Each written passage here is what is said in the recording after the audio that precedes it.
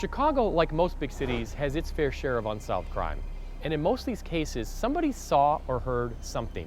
Somebody may have seen a suspicious person, a car driving away from the scene, or simply overheard somebody talking about the case. With your help, we can put these criminals behind bars where they belong.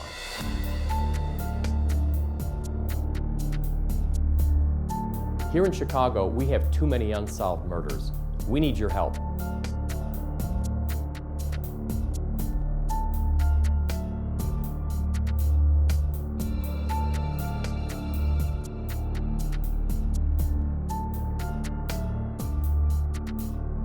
In these cases, the police department is only as strong as the citizens that get involved.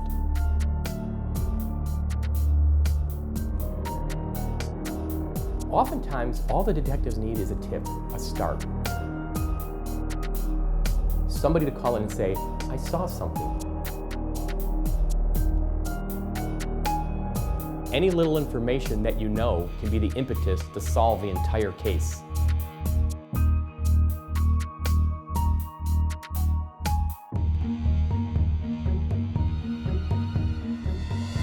On tonight's episode, we'll take a look at the case of Lazarus Jones. On Monday, February 19th, 2007, Lazarus Jones, a kid who loved going to the pool, loved smooth jazz, loved hanging out with his friends, was actually walking home from a friend's house when a group of men jumped out of a vehicle and began to attack him. Here's his story.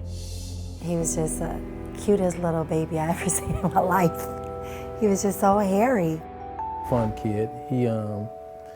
He was experiencing life like most kids do, trying to figure things out. I was very close to him, play with him a lot, and take him to the park. He was a little spoiled, but not much. He loved to play with Matchbox little cars. He liked to listen to jazz in the car with his dad at a young age. He was very kind of quiet and to himself. He wasn't the type to want to be in front of a lot of people. They were like video game crazy, you know what I'm saying? They had stacks of video games. So that's what they liked. The video game era was just starting to boom, and we stayed buying video games. He was really a different kind of little guy, but really innocent and real friendly and really lovable and kind. Believe it or not, he said he wanted to be an artist. You know what I'm saying? I'm an artist. My close friend was an artist, and that's basically what he said he wanted to do. I couldn't imagine something like what happened to him happen to anybody. But the fact that he was so young, my nephew, and the type of person he was just caused it to be, you know, something even worse. On February 19th, 2007, 13-year-old Lazarus Jones told his mom he was going to go hang out with his friends. His mom trusted him. This was not unusual. Lazarus had his own house key. I usually give him a curfew because he would go to the store and buy chips and candy and actually sell it at school to the children. That's how he made extra change. Around 8 o'clock that night, Lazarus and his friend left the friend's house and were walking east on Lawrence Avenue. It was about 40 degrees, but there was still some ice on the sidewalks. As Lazarus and his friend got to the intersection of Lawrence and Troy, a van pulled up and several men jumped out and ran towards Lazarus and his friend. Lazarus and his friend took off running. Unfortunately, Lazarus slipped on a patch of ice in front of the Jerusalem liquor store, and the group of men grabbed Lazarus, pounced on him, began to stomp him, kick him, punch him, strike him in the head with a blunt object. They then got back into the van and fled the scene. The police arrived shortly after that, found Lazarus laying in a fetal position and appearing lifeless. And when the police came to my door, I was actually on bed rest with his 7-year-old brother. When he came to the door, he asked me, was I Lazarus' mom? And I told him yes. And he said, your son got in trouble. And I'm like, oh, well, what kind of trouble? Like that, I'm thinking in my head. I was working, and they called me in the office, right? And they told me it was Lazarus, and I broke down, man. When I found out what happened, I was just sitting in my room and I was playing with my little niece, actually. It was just an overwhelming feeling that just came over me in that moment. I felt terrified. I like grabbed my chest and I just started like just shouting. I couldn't comprehend it. I just couldn't comprehend it. The officer actually drove me to Children's Memorial Hospital that night, but I had no idea what to expect when I got there. When I got the call, it was about 9:30, 10. She called me and told me to come to the hospital.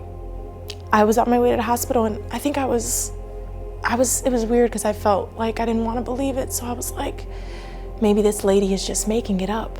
I so badly wanted to believe it was just like a nightmare that in my mind I said, I hope it's not real. And I said, what's wrong? What happened? She said Lazarus she said he was beaten. And she said, get here as soon as possible. I said, is he gonna die? And she said, I think so. He was rushed to the hospital, but unfortunately died of his injuries. It was a deliberate act. Still don't have a clue. Have you been in an accident? Have you been the victim of discrimination or had your rights violated? Have you been injured? If so, the lawyers at Hale Law would love to talk to you. We offer a free consultation. Call me, Andy Hale, 312-870-6926. 312-870-6926. I look forward to talking with you about your case.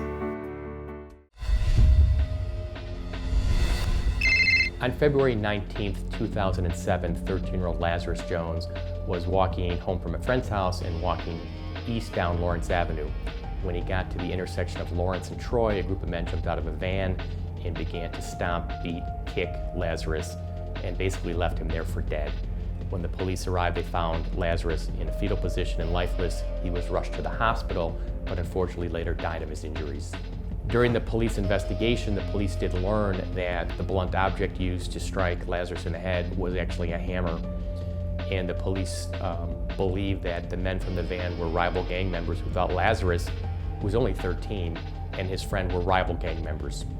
But according to Lazarus's family, his friends, and his teachers, Lazarus had no gang involvement, and he was actually a good kid who steered clear from trouble. The pain of losing a child is just horrendous. You know, it leaves a void in your life forever. You know, you always sit back and you wish what he could have been or what he could have done. He didn't even get a chance to graduate.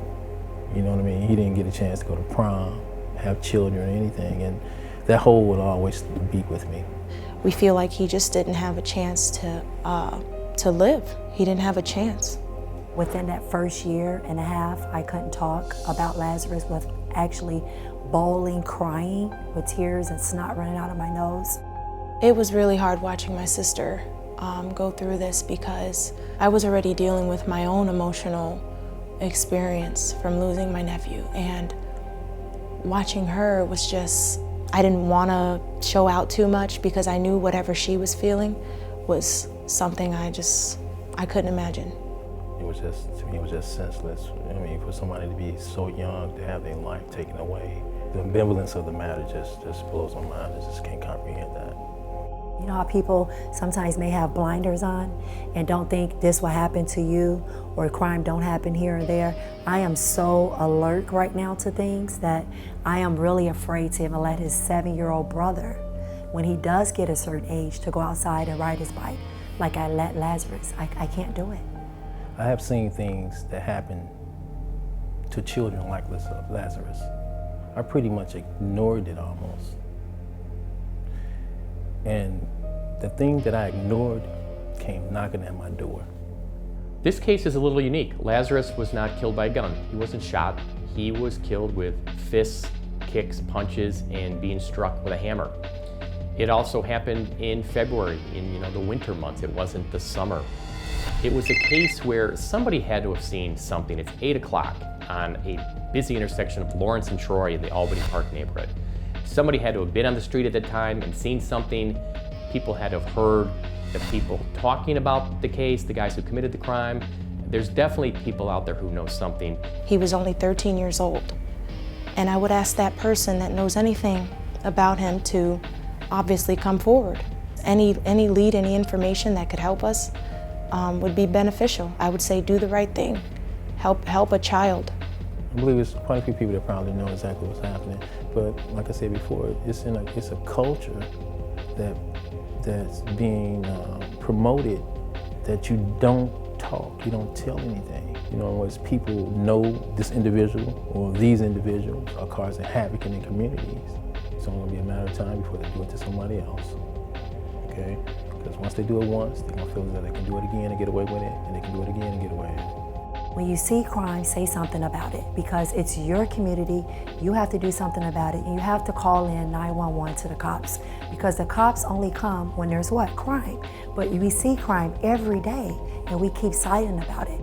It's only going to stop if you come forward and we can bring justice to the case and put these thugs behind bars. If you don't talk, people out there are still at risk, because these people are still out there committing more acts of senseless violence like this. If you know something, say something. You can call Detective Mike Mancuso at Chicago Police Department, Area North, 312-744-8261, and you can also remain anonymous. And what I want to say to people that's ignoring this right now is that they shouldn't. Because it's only going to be a matter of time. Your silence will allow that you ignore to come knocking at your door. The cases you just watched remain unsolved, and we need your help. If you have any information on tonight's episode or any other cases, please give our detectives a call. We need our communities to come together so we can take back our streets and make our neighborhoods a safer place.